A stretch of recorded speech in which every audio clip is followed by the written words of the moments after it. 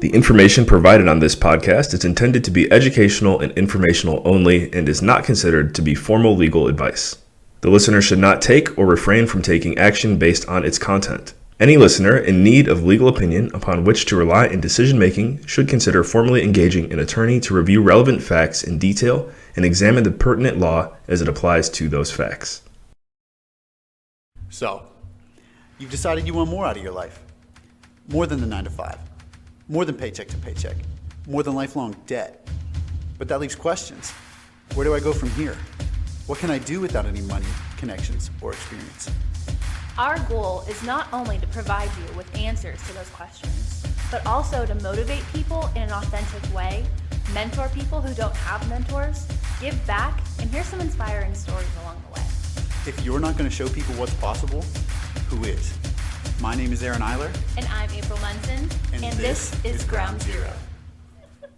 Okay, so let's just jump back in now to, for me, I guess you've never had a problem with allowing yourself to be who you want to be. Even though there's that little part of you that's like, I'm just going to kind of shy down a little bit. You've never had a problem with being like, I'm not allowed to be this. I'm not allowed to be that, because you were going to do it anyway. Explain a little bit more. I need a little bit more of like what the question or which direction you want the conversation to go. Have you ever felt like you weren't allowed to be who you wanted to be because there was a part of you that was extroverted? Introverted. Probably the last time I felt that way was whenever I was in the theater department, because now like I really don't care.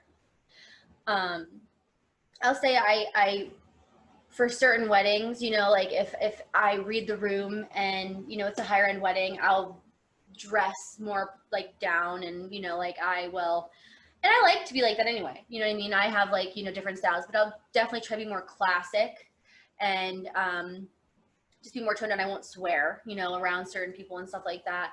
But for the most part, I'm pretty confident in my personality, and my brand is very honest and vulnerable, that I feel like I attract people who are going to love me for who I am anyway. Now I want to get into like the higher end market in the future for weddings and just in general. And I feel like that is more broad of, you know, personality types where I do want to kind of be careful and, you know, just make sure that I'm respectful and just generally am aware of my situation. Because, for example, somebody I spoke with yesterday at the wedding that I was at, we were at a really high-end wedding. It was definitely like very, very like nice. It was one of the top best weddings I've ever done in terms of the ideal client perspective.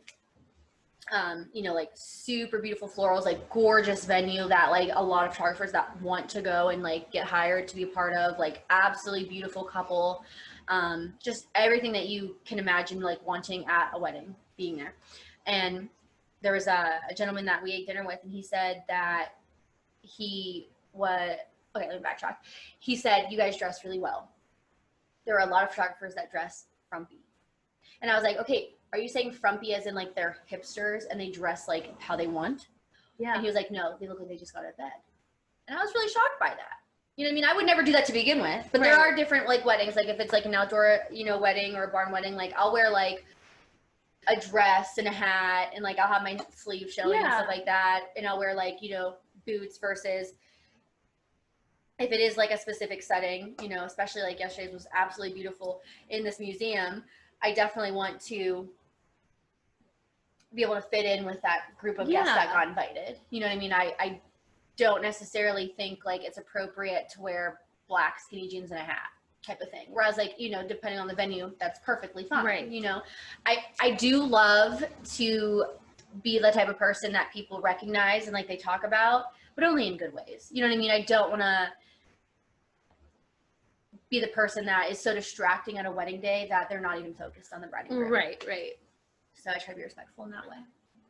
Like yesterday, not yesterday, but a few weeks ago, and this is probably this is just a story, but I asked Jasmine in the middle of the wedding, I was like, should I go up and fix her training? And she was like, don't ruin like the religious part of a wedding for a photo. And I really appreciated her saying that, because I was going to do it yesterday and I didn't. Because photography, to an extent, you know, is definitely like a craft, and we're very creative and it's art, but at the same time, like, we're there to capture what is going on as it's going on too. Yeah. And I don't want to be disruptive, whether that's visually with my, like, swearing or personality or talking as loud as I do, or just like in the things that I'm doing in the moment. People are going to stare, they're going to like be like interested in what we're doing. Like, we're the ones that are moving throughout the whole day and stuff like that. But as minimally as possible, I want people to be able to focus on the aspects of the actual wedding over me. Okay. Was there anything more that you wanted to touch on before we talked about the value? Like, that you said you want to talk about the value of being an outcast and things like that. No, I just wanted to like mention that I can get along with a bunch of different like people. I can relate to a bunch of different people, and I'm not afraid to talk about my past and the hardships that I've gone through. And I try very hard to, when I say some of these things, express that I'm not looking for attention. I just want people to be able to relate to me. Yeah. And those are like the types of people that I'm trying to reach. And I've talked to my sister about it a few days ago. I was like, I'm probably going to get an eye roll here or there with people thinking that I'm wanting attention because I'm crying online or whatever. And she made a very good point of, you're taking, like, these people are taking themselves away from the situation that are not going to support you anyway.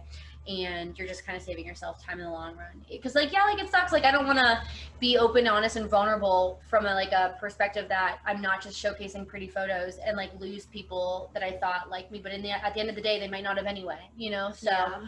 She was like, you're just letting them do what they're going to do anyway, just by being yourself. And then you're going to bring more people that are going to support you in by being like that. So, okay, let's now talk back to YSU days. So you're finding your rhythm, you're figuring out what feels comfortable for you.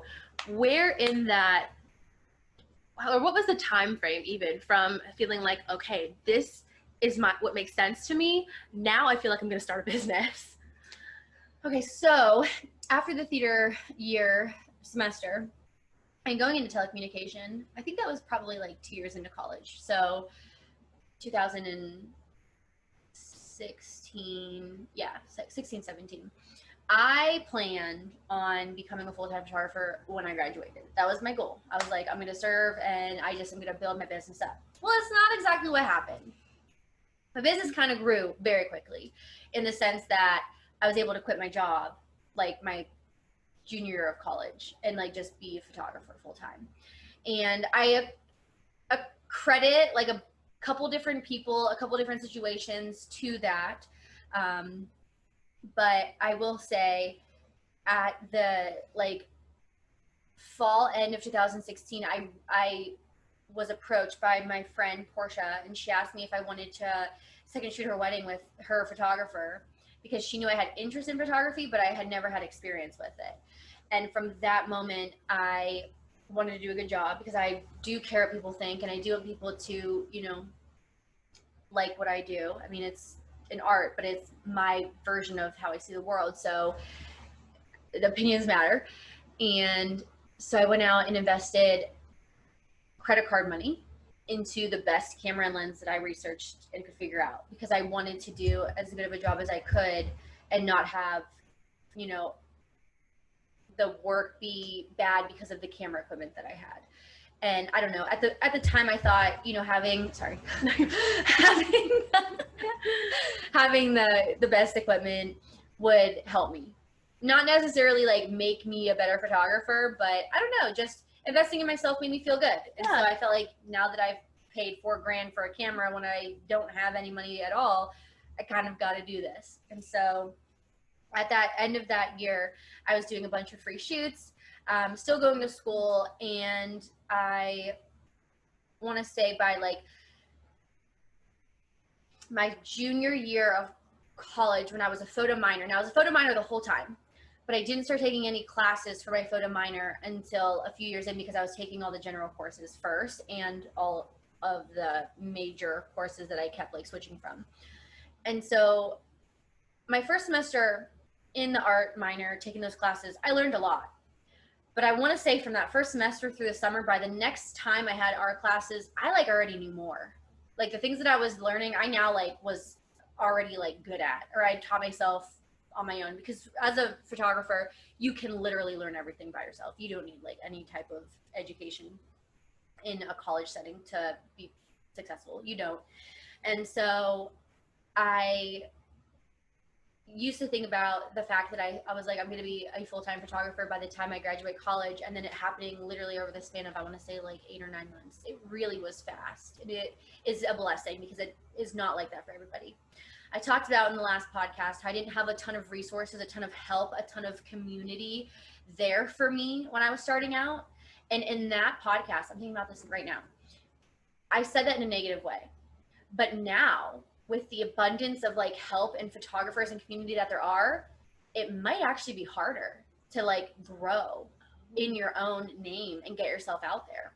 So I feel like that could have been an advantage, you know, being one of the only ones. Like, yeah, I was lonely. I didn't have any help, but I was also like the only, like one of maybe 4 photographers, especially locally. And so that could have been an advantage that in that moment I looked at negatively and could have actually been a huge thing that grew me to the success that I'm at now. Because now there are photographers everywhere popping up all the time. Yeah. You know what I mean? So, yeah. So what would you say to someone who is scared to take the plunge and buy that fancy equipment? Do you need to have the best of the best to be successful, or do you not? You do not need the best of the best equipment to be successful. You do have to have confidence, and you absolutely need to invest in yourself. Whether that's education, whether that's mentorships, whether that is, you know, like, I don't want to say photography equipment, but the post-processing and editing equipment, yeah, that is important. You know what I mean? Like, I spent thousands of dollars on presets trying to figure out what I wanted my brand to be. I have top of the line editing software and equipment, you know, computer. Like, the camera and the lens are not the most important thing. I actually did post a couple befores and afters the other day on my Instagram talking about how those photos looked like crap. You know, $5,000 in a lens and honestly, it's probably $7,000 from the camera and the lens, but the situation was awful. It was a hotel room. It was like green, all that stuff.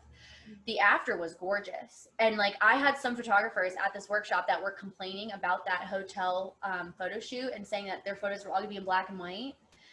And my photos were bomb. And I say that very cockily because they had a negative view on that situation.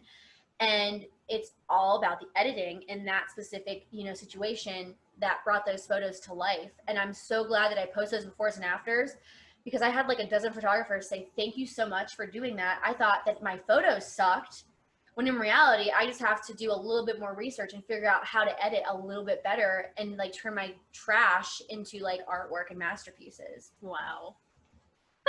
That's incredible. I mean, for someone who was scared to go out and be herself, and then you launch a business, and I want to talk about that too, what that was like for you to like launch a business in front of everyone. What was that going to be like? What were people going to think? To come in and be the leader and now have the confidence to be like, great, now I'm going to take it a step further and I'm going to be the teacher. Yeah. So let's talk about finding the confidence to be able to figure out a name. And you did change your name. You didn't have to have the perfect brand name to start the first time, and then doing it and just going for it and not caring what anyone thought. And like, you know, knowing that you're new and having, you know, the people around, like the Pittsburgh, it's only an hour away, but am I allowed to break into this industry? What was that like? I will say having like the whole actor dream definitely benefited me, because even though I was introverted from high school and like being an outcast and all that stuff, I feel like from within, that was just like a dormant personality characteristic that is now like what people see all the time. And so I feel deep down, I always had the want to be the center of a room and to have the attention on me, even though back in the day, like it was literally the complete opposite. It's so funny because people always tell me there's no way you're an introvert, because I'm extroverted as heck when it comes to photography related things. Now, I knew that it was inside of me, but pulling it out, I feel just like took time, you know, like wanting to be the best of the best. I pretty much from the beginning had confidence in myself, just by buying that super expensive equipment, doing a few free shoots or inexpensive shoots, and then I skyrocketed up to being pretty expensive for a really new photographer. So it wasn't that I wanted 1,000 jobs at that price. I just wanted to be at that price so like I could put myself with those high-end photographers almost from the get-go, even though it was almost like a fake it till you make it kind of thing. And I want to say my parents kind of like have an influence on that as well, because even though, you know, in my brain, my childhood was really hard. I talked about this with my friends the other day, because a lot of the boys that I've liked over the last couple of months, they came from money, and they also are photography, they also want to be photographers. But coming from money and them wanting to be photographers is a failure in their parents' eyes. Me coming from nothing and becoming a successful photographer is the greatest accomplishment my parents could ask for in a kid. So it's really about perspective. Wow. I never even thought of that myself, about how you could be labeled in the industry as successful or not based off of where you're coming from, despite the heart that you have and the interest that you have for what you want to do. Isn't that insane? That is. And so I feel like my mom, you know, like, even though like she couldn't give me anything financially growing up, just her support of seeing my first set of photos and my first like wedding and just being so damn supportive is really probably something that really kept me going too. And if I didn't have that support, and I had like a lawyer for a mom or a doctor for a dad, and they were like talking down on me, and I have the, you know, emotional personality that I have, I might not be where I'm at today. So even though my parents could give me nothing in a physical sense, being that like voice of like, you're gonna do amazing things, really, like, I think helped me feel like I belonged with those Pittsburgh photographers, because they didn't have a right to judge me coming there, because they had no idea where I was coming from. Right. You know what I mean? Yeah. So there was just no fear at all with launching the business. You were like, I'm here, I'm doing it, I've got all the support in the world, and that's great. Like, that's awesome. That's what we need more of, right? Is just having an idea and not thinking, oh, what's this person gonna think? What's that person gonna think? Just do it. And like you said, just invest yourself in it 100%. I do want to correct you though. I don't want to say I had all the support in the world, because I don't have a lot of friends in this moment, and I also didn't have a lot of mentors in this moment. So I don't want that to be like skewed. My parents were very supportive. I do think growing up the way that I did though, and almost like having to support myself, I was my biggest support. I believed in myself. You know what I mean? And that's something that a lot of people don't have. And if you don't have that, you don't have that confidence, you will slip up. You will be afraid to fail, and you will trip yourself. You have to, like, as a business owner and like growing the way that I am now that I'm where I'm at, I'm really, really like willing to take risks. Back then, taking those same risks was a lot scarier, because if you fail, like, I had nobody to help me. You know what I mean? Like, I was on my own in that moment. But if I didn't take those risks with the chance of failing, I would not be where I am today. Yeah. And I don't want to say that to somebody who doesn't have a backup plan, or like somebody to pick them up if they fall, and then, you know, take that chance thinking that they're going to succeed. Like, you might not. You know what I mean? It is a lot of hard work. I was working while I was, you know, doing photography and stuff. And there was many nights that I was researching how to edit and how to do this and that, while all of these people that I was surrounded by were going out to the bars. And you have to have self-discipline. You have to hold yourself accountable. And it sucks. You know, it sucks for a really long time. It is lonely. Photography is not like the most social, you know, life. I mean, yeah, you're surrounded by all kinds of people, but there are people that at the end of the day, like, you don't know. You know, so it is very interesting that I'm in the profession that I'm in, being alone all the time, because I feel, coming from the life that I did, I know how to cope with being alone now, because it's not new to me. Yeah. You know what I mean? And I have zero envy in my body and zero like anger in my body about capturing all these amazing people's like milestones and lives and families and weddings and all that stuff. And I feel like the wrong person could like very much like get burnt out and like be very upset, you know, at the end of the day, if they're missing things that they're capturing all the time. Yeah. So a lot of it has to come from within, you know what I mean? Because I don't want to say like you and your family situation, you didn't have the same support I did, Right. but that's not to say that you would fail. You know what I mean? You just, it's a different type of support that you either have to give yourself or find somewhere else, but you just have to be strong enough to look for it. I think for me on my end, it was a lot of learning how to cope alone at that young age without that, because I didn't have mom who was invested or dad who was invested. I mean, I was split between 3 different homes. It was mom's house, dad's house, grandma's house when mom is working. And it was more of just like, let's buy her a shiny toy to keep her entertained so she doesn't bother me. Nobody was asking me what my interests were or what I wanted to do. Whereas on the outside, I had a great family of friends. But again, over the years, that group has changed. And I've had to allow myself to walk away from people that really weren't good for me, because I don't want to say I didn't have the confidence, but I just didn't have the mind to realize that not everyone is looking out for what's best for me. And that is something that I'm still having to cope with today. It's like, I'm the nice one. I'm not the one. I will ask you, how was your day? And let's talk about the weather. Just give me anything. And I kind of want to like make everyone happy, and going through the whole people pleasing thing has been hard for me. And I think that's just because I was always scared to not have that person, whoever it was, to have that support, because I really didn't want to do it alone, despite coping alone. So I'm really proud of both of us for finding our way, because I think no matter what, even just from when we were younger and we put on our little shows and put on the Britney Spears and Christina, there was always something in us that wanted to do something more and something media related. And that's why I think it's so cool to have this conversation now, because even though our growing up life was very different, a family like ours as a whole isn't supportive. They're not checking in on us. It's like if we don't post it on social media, no one knows and no one cares. But I think you and I have done a good job, despite all of the cousins staying close and supporting one another, despite you traveling everywhere, which is what you want, and now me doing all this and being a mom. So I think that that's just really I want to awesome. go back to something about you being the nice one. I want you to recognize that you being nice, you're also like a very small demographic of actually being genuine. Oh, thank you. There are a lot of people that are nice that are not nice. And me not being nice, of the two of us, I want to say that I might not, be the person to wish you a happy birthday. I might, forget to, get you a gift or whatever, like some of the other people in your life. But like, my interactions are more meaningful at the end of the day with the people that I like give my time to.